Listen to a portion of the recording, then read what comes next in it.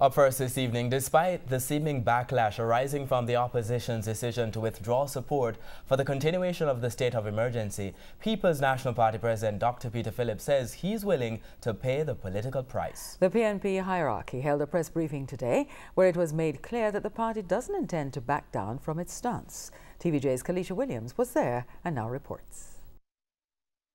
There comes a time when you need to do the right thing, the lawful thing, the constitutionally approved thing, rather than simply act in pursuit of political expediency.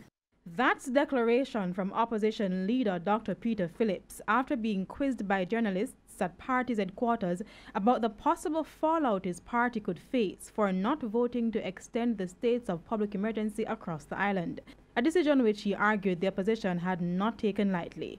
But we took it after careful consideration and consultation.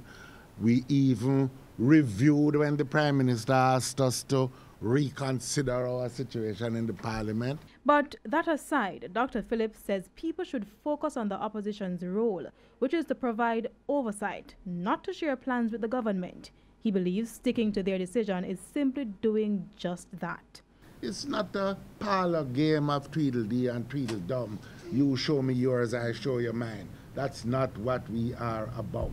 PNP members also gave more reasons for the opposition's vote against the extensions. The reduction in murders in other areas which are not under a state of public emergency. In Kingston Central, for instance, murders are down by 44%. In St. Anne, 26%, 19% in St. Elizabeth.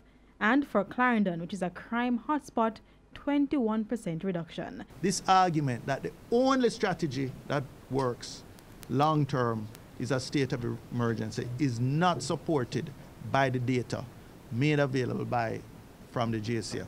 Kalisha Williams, TVJ News.